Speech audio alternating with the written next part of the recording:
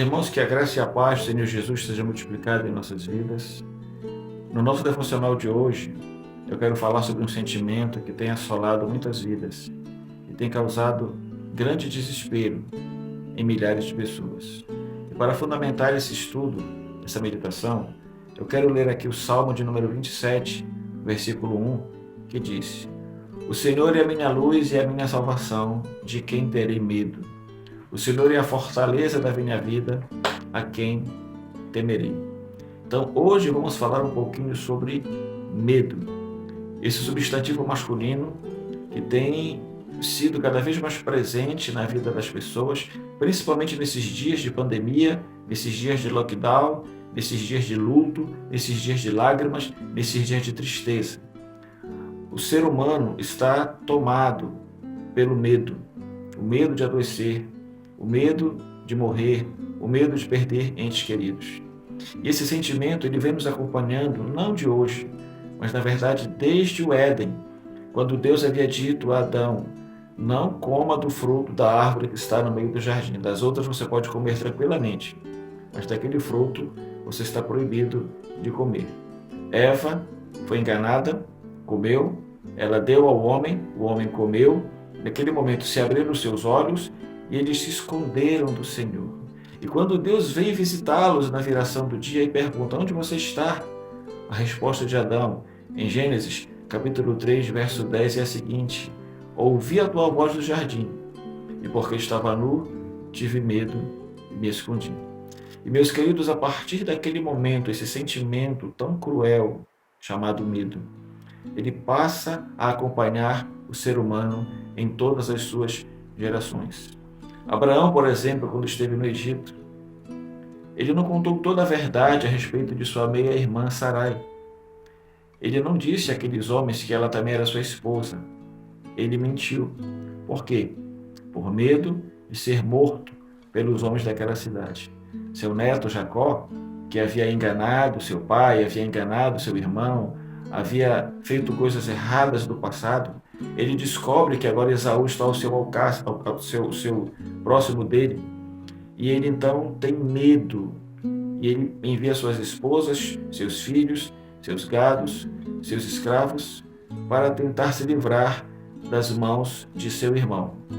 Os irmãos de José também, quando vão visitá-lo no Egito, e descobrem que aquele homem que os recebe com tanta hostilidade, na verdade se trata de José, aquele irmão que eles haviam maltratado tanto no passado, eles ficam apavorados e ficam com medo de que José os castigue, que José traga grande vingança sobre eles. Então perceba que esse sentimento ele não é de hoje, ele tem acompanhado todas as gerações, desde o início da raça humana, e ele sempre estará conosco até o final. Ele também serviu de inspiração para pessoas escreverem livros, para elaborarem músicas, para escreverem livros. Ele está presente em todos os ramos que você imaginar, inclusive na cultura, nas artes. William Shakespeare disse certa vez o seguinte: nossas dúvidas são traidoras e nos fazem perder o que, com frequência, poderíamos ganhar por simples medo de arriscar. Olha a filosofia aí de William Shakespeare. Mas, queridos, vale a pena lembrar que o medo muitas vezes até nos ajuda a evitar grandes problemas e a nos livrar de muitos males. Logo, o problema não é o medo propriamente dito. O problema é quando nos deixamos dominar, controlar, nos levar pelo medo. Em 2 Crônicas, capítulo 20, versículo 3, nós vemos a história de Josafá, um dos reis de Judá. Ele estava bem no seu trono, tranquilo, e de repente chegam algumas pessoas e dizem: meu rei, há inimigos fortíssimos que estão se aproximando de nós, eles pretendem tirar o senhor do trono e tomar conta de tudo que nós temos aqui. O texto diz, em 2 Crônicas 20, verso 3, que Josafá teve medo e pôs-se a buscar ao Senhor. E quem conhece o restante dessa história sabe que o fato dele ter tirado seu foco do inimigo e colocado no Deus Todo-Poderoso fez com que ele vencesse seu medo e ganhasse aquela batalha. Em Mateus capítulo 14, nós vemos os discípulos em grande agonia enfrentando uma tempestade em alto mar. De repente aparece Jesus, eles pensam que se trata de um fantasma, eles têm medo. Mas Jesus diz: não temais, sou eu. E Pedro diz: se és tu, Senhor, manda ir ter contigo. E Pedro começa a caminhar. Enquanto ele está olhando para Jesus, ele consegue. Quando ele desvia sua atenção de Jesus, ele olha para o vento, para os mares, para as ondas, ele começa a naufragar. Porque ele tirou os seus olhos de Cristo e colocou os seus olhos no medo. Então, o que nós podemos aprender com isso que nós vimos hoje? Que o medo é um sentimento real.